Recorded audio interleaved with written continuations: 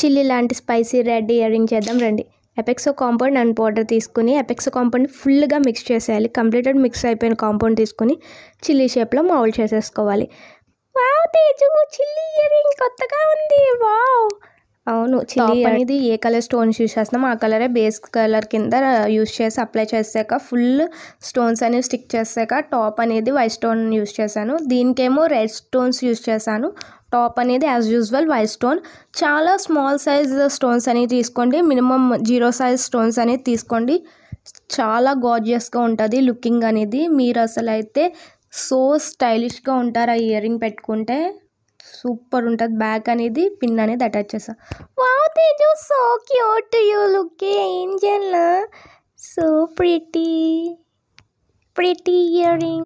Second ear రింగ్తో మేము ముందుకు వచ్చేసా.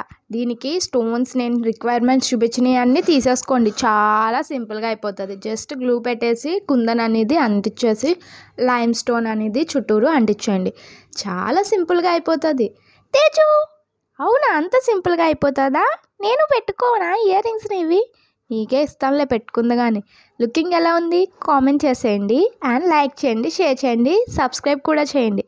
తేజు వాళ్ళ ఫ్రెండ్స్కి కూడా